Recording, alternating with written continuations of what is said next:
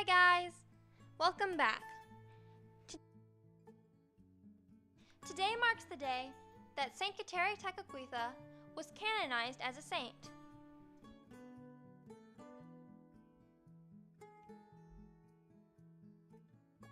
So I decided I might as well make the charm now.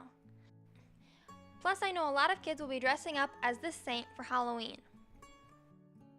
Start off by rolling a tan-colored clay into a cone. Then roll out a snake of tan-colored clay and cut off 2 equal sections for the arms. Attach each section at the top of the cone and wrap it around to the front. We'll add hands on later.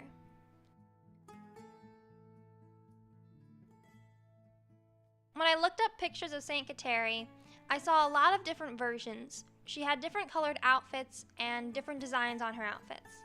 So I just went with a very basic design that kind of covers most of the designs I saw. For the design, I made very simple triangles by flattening out a snake of red clay and then cutting diagonals into it to make triangles. I then trimmed off the edge to make them a little bit flatter and then placed 3 of them at the top of the neckline.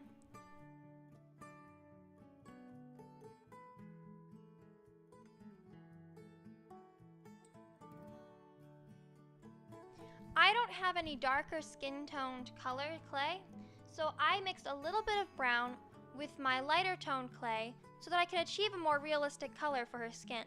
To make her hands, roll out 2 balls of the darker toned skin clay. Then press them gently at the ends of the arms. Make sure that there's a bit of a space so that the cross can go in the middle. If there's not any space, that's okay. The cross can just go right on top. Of all the pictures I've seen of Saint Kateri, almost all of them have a picture of her holding a small wooden cross.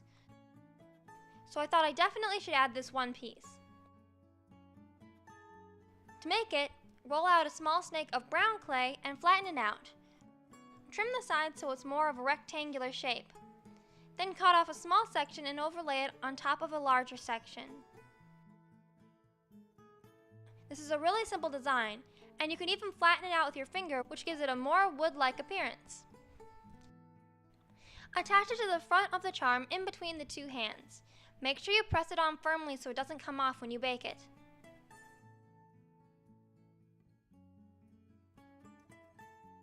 To make her face, roll out a ball of the same darker toned skin clay. Then indent it with a small dotting tool. To make her eyes, roll out 2 tiny balls of black clay and press them onto the face, flattening them out, and then place 3 of them at the top of the neckline. They don't need to be perfect. This can be however you want.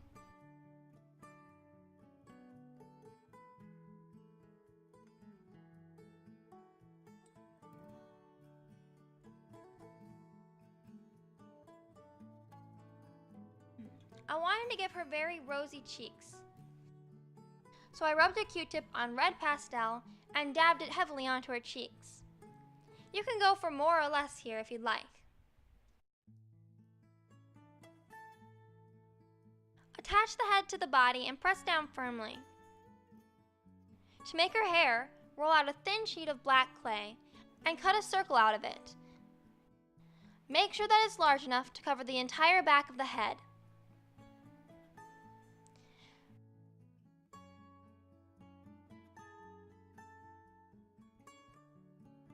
Press down firmly so that it's smooth and also attached well to the head.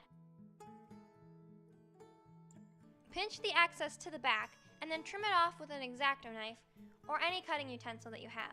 Then pinch together the rest so there's no skin showing.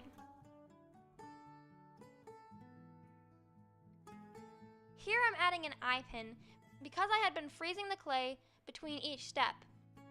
The reason I was sticking my clay in the freezer was because it was really hot in my house and the clay kept smushing. If your house isn't too warm, you won't have this issue, and you can wait till the end to add the eye pin. She has 2 braids down the side of her head. To make these, I rolled out a very thin snake of black clay. Then I cut 3 equal sections. I just eyeballed it, it doesn't have to be perfectly even. Then I attached the ends of each of the sections and made a kind of W shape. Then I braided it just like you would braid hair. You can use an X-Acto knife or something small like a toothpick to help you braid it without smashing it with your fingers. Do this twice so that you can come out with 2 braids. Or make one really long braid and cut it in half. Once you're done braiding, pinch the end. This will make it look a little bit more like hair. When you like the way they look, attach a braid to the side of the head at the base of the black circle. And make sure you smooth it out where it's attached. That way it looks like one piece of clay. Do this on the other side and make sure to smooth it out as well.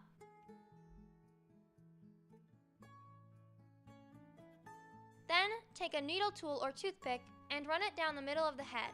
This will give her a bit of a part. Once you like how it looks, bake according to your clay's package instruction. Once baked and cool, dip a small dotting tool into white paint and dab it gently onto the eyes, making little pupils. This really makes the charms pop and look so cute. And here is your finished charm. I hope you guys loved this tutorial, and if you did, give this video a big thumbs up and subscribe to the channel for more. I have a whole playlist of other saints that you can watch as well that I'll leave in the description of this video. Thank you so much for watching, and God bless.